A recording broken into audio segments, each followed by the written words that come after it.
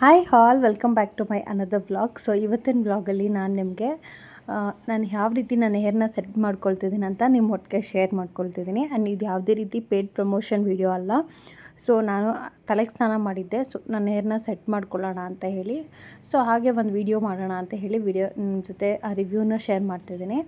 So ಈ product ಅಂತೂ ನಿಜವಾಗ್ಲೂ ಯಾವ ರೀತಿ ಮ್ಯಾಜಿಕ್ ಮಾಡುತ್ತಂತ ನೀವೇ ಇಲ್ಲಿ ವಿಡಿಯೋನಲ್ಲಿ ನೋಡ್ತೀರಾ.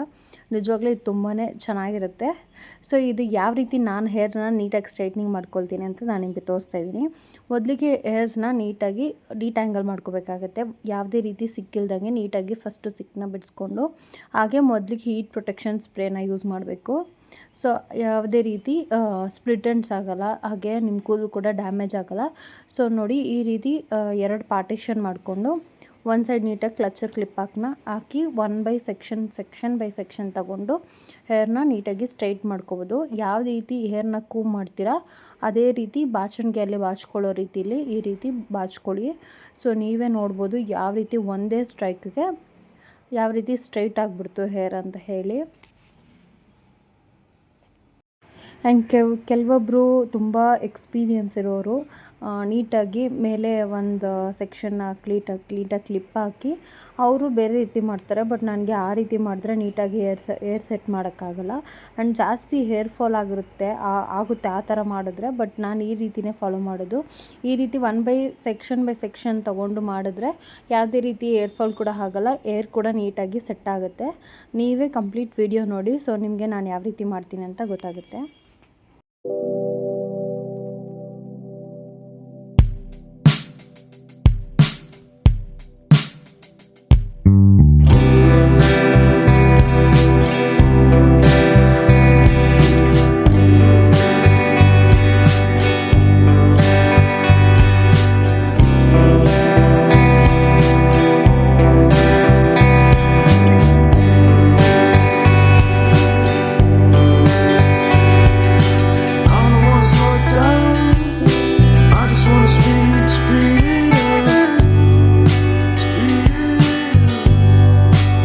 ಸೊ ನೋಡಿದ್ರಲ್ವ ನಾನು ಯಾವ ರೀತಿ ನನ್ನ ಹೇರ್ನ ಸೆಟ್ ಮಾಡ್ಕೊಳ್ತೀನಿ ಅಂತ ಹೇಳಿ. ಸೊ ನಾನು ಯೂಸ್ ಮಾಡ್ತಿರೋದು ಅಗಾರ ಅವ್ರದ್ದು ಹೇರ್ ಸ್ಟ್ರೈಟ್ನರು.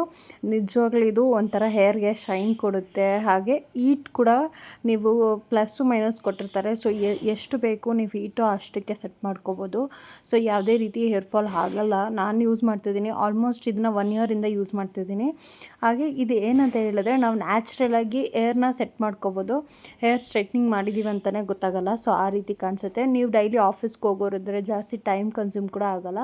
ಸೊ ಬೇಗನೆ ನಿಮ್ಮ ಹೇರ್ನ ಸೆಟ್ ಮಾಡ್ಕೋಬೋದು. ಹಾಗೆ ನಾನು ಯಾವುದೇ ರೀತಿ ಹೇರ್ ಡ್ರೈಯರ್ನ ಯೂಸ್ ಮಾಡಲ್ಲ. ಹೇರ್ ಡ್ರೈ ಯೂಸ್ ಮಾಡಿದ್ರೇ ಜಾಸ್ತಿ ಹೇರ್ ಫಾಲ್ ಆಗುತ್ತೆ ನನಗೆ. ಸೊ ಅದಕ್ಕೆ ನ್ಯಾಚುರಲಾಗಿ ಕೂದಲನ್ನ ಒಣಗಕ್ಬಿಟ್ಟು ನಂತರ ಹೇರ್ನ ಸೆಟ್ ಮಾಡ್ಕೊಳ್ತೀನಿ.